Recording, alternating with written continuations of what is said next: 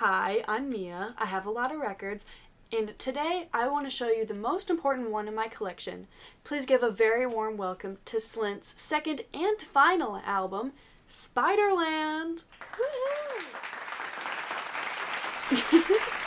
It was released on Touch and Go Records and only pressed 5,000 copies on its initial release. Now, you can't go and rate your music or Reddit without seeing it on some random nerd's top 10 list next to literally any Radiohead album. Unfortunately, I can't make fun of the audience too much because you will find that album right next to In Rainbows on my top 10 list. The reason this record is the most important album I own, other than my signed copy of Sabrina Carpenter's newest album, Short and Sweet. Oh, look at that, that's her signature, her real one. That's so crazy, Mia.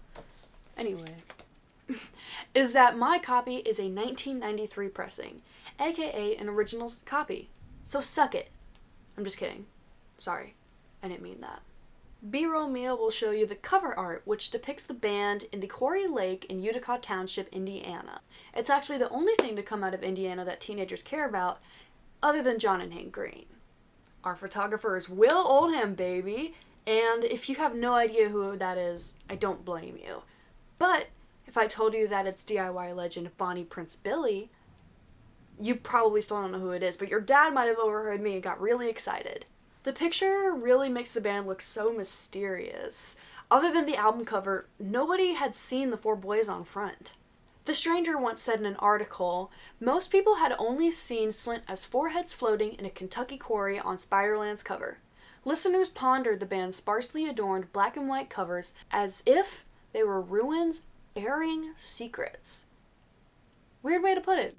B-roll Mia will also show you that on the back cover there is a dead wolf spider killed by its photographer, Noel Saltzman. Weird name. The album name came from Brian McMahon's younger brother saying that the album sounded spidery, which I gotta thank him. Spiderland is such a cool name for like anything other than a place. I don't want to go to Spiderland. On to the band. Slint was formed in 1986 following the dissolution of two bands. Legendary producer Steve Albini actually produced their debut record Tweez.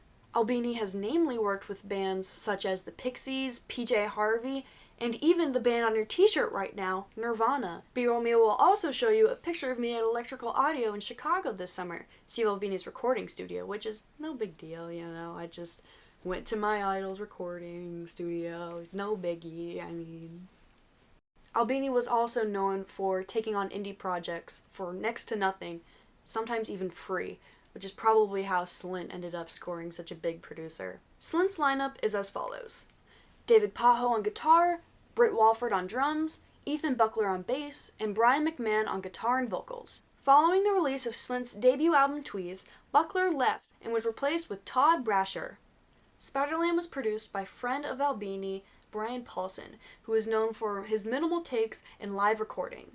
Recording took place over 4 days in August, and the songs have remained instrumentals up until the recording of the album. Lyrics were written in between recording songs. Now, before you freak out, which I know you already are, McMahon and Walford did record the melodies on a 4-track beforehand.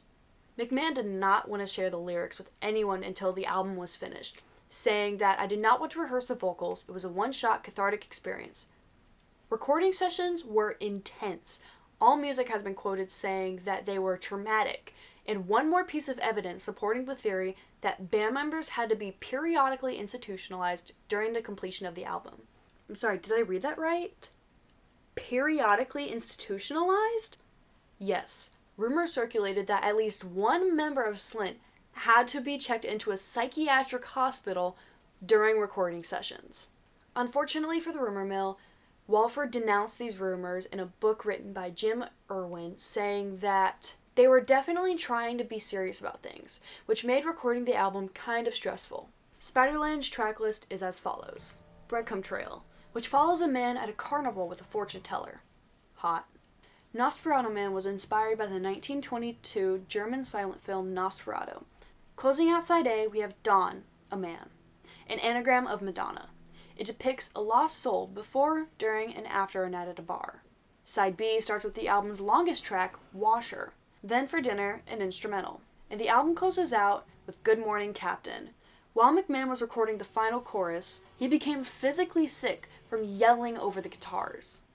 Now, what are my thoughts? Spiderland is an incredibly influential album. It's on every nerd's top 10 list. I absolutely adore the songwriting, even though it was haphazardly put together. The scenarios McMahon describes are so vivid. Spiderland captures a raw, haunting feeling that sets it apart from typical grunge, leaving a lasting impact that few albums can rival. Truly, I think that every teenager should listen to Spiderland. The album is so angsty, and it describes coming of age so perfectly in a time where songs are written about love lives that we don't have and things that we can't afford. Thank you so much for listening.